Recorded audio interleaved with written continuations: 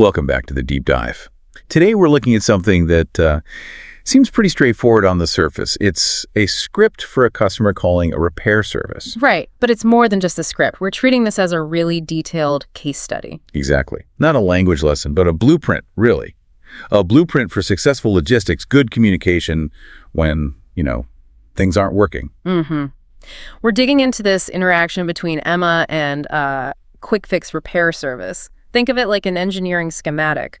Our goal isn't just to follow along, it's to pull out that clear, polite, efficient structure, the kind that gets Emma's broken Samsung washing machine. It's 3 years old, by the way, fixed fast. And it's a framework that you, listening, can potentially use anytime you need help from a service provider. Get results quickly. Precisely. So the scenario, Emma's machine is dead. Completely stopped. We're going to analyze how this conversation unfolds, right from reporting the problem through to getting that repair booked. And we'll start right at the beginning with that professional opening and triage. Yeah, let's unpack that. The receptionist, Mark, he starts things off perfectly. Good morning, Quick Fix Repair Service. This is Mark speaking. How can I help you today? It's immediate, polite, sets the tone. And Emma responds just as effectively. She uses that key phrase, I'm calling because my washing machine isn't working. Straight to the point. The core problem right up front. And that's strategic, isn't it? For both sides. It cuts through any waffle, gets straight to the issue. It basically tells the company, okay, this is what we need to focus on now. So when Mark asks for more details, Emma gives a really clear picture of the failure. She says when she hits the start button, nothing happens. Critically, she adds, the light doesn't come on and it doesn't make any sound. That's specific. It's not just broken. Exactly. That detail, no light, no sound, that's vital information. It tells a technician immediately they're likely dealing with a power issue, not, say, a jammed drum or something mechanical. Okay, but then Mark doesn't immediately say, okay, let's send someone out. He asks about pre-checks first. Did you already try to unplug it and plug it in again? And he asks about the fuse box. I mean, isn't that kind of pushing the work back onto the customer? Aren't they paying Quick Fix for the fix? Well, it might seem that way, but it's actually a really smart efficiency move. Think of it as the triage rule. This initial check saves potentially everyone time and money. Mark's doing a quick quality check. If it's something simple, like a loose plug or a tripped breaker, the call ends there. The company avoids sending a technician unnecessarily, and Emma saves the call-out fee. It's a filter. Okay, I see. An efficiency filter makes sense. And Emma confirms she's already done both checks and, quote, everything looks fine, so she passes the filter. Right. And that confirmation, that's the trigger. Now, the company knows, okay, this is probably an internal issue, something needs a professional look. It signals the shift from diagnosis to logistics. That structured triage avoids wasting time and confirms that scheduling a visit is actually the right next step. So, internal issue confirmed. They need to send someone. Now, it shifts, as you said, to logistics, getting the details right. First, identifying the machine. Emma provides the brand, Samsung, and the age, 3 years old. Why is the age so important at this point? It's mainly about resource planning. Age can affect warranty, sure, but crucially, it gives clues about the likely parts needed. A 3-year-old machine uses different components than, say, a 10 or 15-year-old one. Knowing the make and age before scheduling lets Mark maybe assign a technician familiar with Samsung or even anticipate common parts for that model. Right, prepares them better. Okay, so they know they can likely service it. Then comes the actual booking. And notice how Mark handles this. He doesn't just ask, so when works for you? That can lead to a lot of back and forth. Instead, he offers clear, distinct options. We have an opening tomorrow morning at 9:30 or Friday afternoon at 2:0. 2 choices. Simple. Yeah, that definitely avoids that frustrating, how about Tuesday? No, I can't do Tuesday, Wednesday. Maybe afternoon thing. Emma picks tomorrow morning. Quick decision. Then comes the perhaps less exciting part, getting the data, address, phone number. It might seem dry, but this is absolutely critical. In service calls, so many problems happen because of simple data entry errors. A wrong house number, 1 digit off in the phone number, and the whole appointment can fall apart. So getting it right, 24 Oak Street, apartment 3B, and the phone number 07934-512-890 is like forming the basic operational contract. It has to be perfect. Exactly. And once you've locked down the where and when, the customer's mind usually goes to 2 things: money and time. How much and how long. The script handles both really well, very transparently. Yeah, Emma asked directly, do I need to pay anything before the visit? That's the question everyone has, right? And the answer is designed to be reassuring. Payment is after the service. But crucially, they state the baseline cost up front, the call-out fee. The source mentioned 40 pounds. They also manage expectations by saying the technician will assess if extra parts are needed and what they'll cost. So no nasty surprises, but also no illusion that it's definitely only 40 pounds. That's really good expectation setting. It anchors the cost to a known minimum. And it does the same for time. They give 2 time estimates. First, how long the visit itself might take, usually about 30 to 40 minutes. This helps Emma plan her time during the actual repair. But the bit I think is really important, the detail that tackles customer anxiety, is the pre-arrival call. Emma specifically asks if they'll call beforehand. Yes, and the confirmation that the technician will call about 15 minutes before arriving, that is gold dust, logistically speaking. It frees Emma from being stuck waiting during a vague 4-hour window. She knows she just needs to be ready to answer her phone for that specific heads up. It confirms the very next action required of her. Oh, absolutely. I've spent hours waiting for service people. Knowing you'll get that 15-minute warning call just lowers the stress level massively. It builds confidence. Totally. And then, to lock it all down, we get to the formal confirmation. Mark doesn't just assume Emma heard everything correctly. He uses that key phrase, just to confirm, and repeats the critical details. Address, day, time. 24 Oak Street, apartment 3B, tomorrow at 9:30 a.m. Emma replies, "That's correct." Boom! Agreement sealed. That repetition is just smart risk management. And the blueprint doesn't stop there. It includes that follow-up call the next morning from Jake, the technician. It's quick, focused. Right, he's not re-diagnosing anything. He's just confirming the 15-minute arrival window exactly as promised. Hello, I'm Jake. I'll be at 24 Oak Street in 15 minutes. Simple, efficient, builds trust because the company followed through on its promise. It shows they stick to their own process.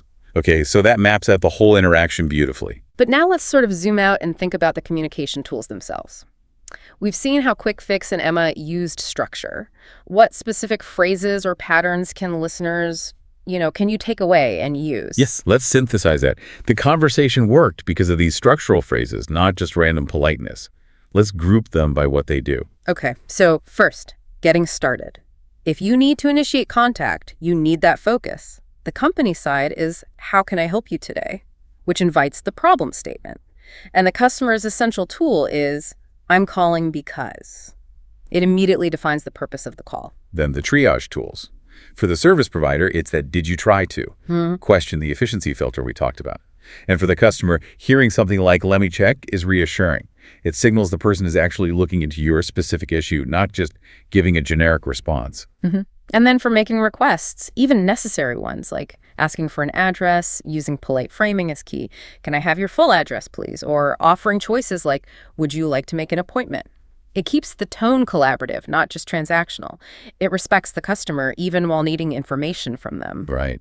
And finally, that closing toolkit, it's all about minimizing risk. Just to confirm, is the essential final check. But then there's that wrap-up question.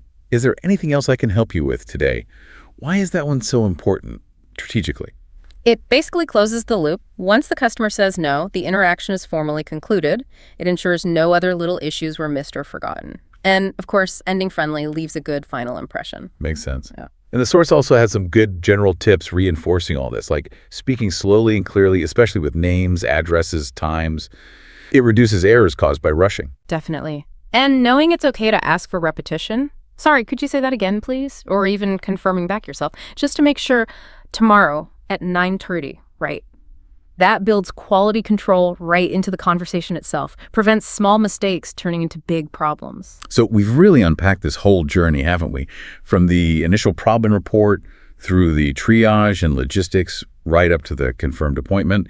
It shows that structure, clarity, and managing expectations are absolutely key for effective service communication. Right. And that brings us to a final thought, something for you to consider. We talked about managing expectations around cost, that 40-pound call-out fee and time, like the 30, 40-minute service estimate. But think about that guaranteed 15-minute warning call from Jake. When you're dealing with the stress of something broken, the disruption, how much does confirming that next specific action the technician will call 15 minutes before arrival, how much does that clarity about the immediate future contribute to your confidence? Maybe even more than knowing the exact potential cost. That's a great point. It turns an uncertain wait into a predictable event. It's about the logistics providing that peace of mind. Exactly. It's the clarity of the process that makes such a difference. A powerful takeaway about communication design. Well, thanks for diving into this blueprint with us today. My pleasure. We'll catch you on the next deep dive. Welcome to The Explainer. Today we're going to tackle something that, well, it can be a real headache for a lot of us, but it's just part of life, right? Making a service call in English. We're going to break it all down, step by step, so you can walk away from this feeling totally confident. So let's just start with a feeling I think we've all had. You know that little bit of panic? That hesitation right before you dial a number in a language that isn't your first one?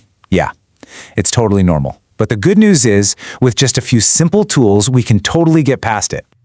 And that is exactly why we're here today. We're going to walk you through a super clear step-by-step blueprint, and we'll give you all the essential phrases you need to make these calls without even breaking a sweat. So, you ready? Let's dive in. Okay, so let's jump right into a really common scenario. Meet Emma. Her washing machine just decided to give up on her, and now she's got a call for a repair. We're basically going to listen in on her call to see exactly how it's done. All right, so the call gets started with this really standard, super polite greeting from Mark, the guy on the other end. That line, "How can I help you today?" I mean, that's the classic opener for any service call, isn't it? It's friendly, it's professional, and it just gets the ball rolling. And check out Emma's response. It is absolutely spot on. She gives her name, and then bam, she uses that key phrase, "I'm calling because." It's so direct, so clear, and it just gets right to the point. No messing around. Okay, so why did that little exchange work so well? What was the secret sauce? Well, let's break down the key moments from their chat and use it to build our own blueprint for a perfect service call. This is so important. Notice how Emma describes what's wrong. She's not trying to be a technician, right? No complicated jargon, no guessing games. She just sticks to the simple, observable facts. The light doesn't come on. It doesn't make a sound. And that is exactly what the person on the other end needs to hear.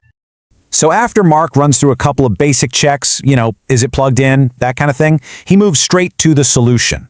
He doesn't leave Emma wondering what's next. He gives her a clear, actionable step.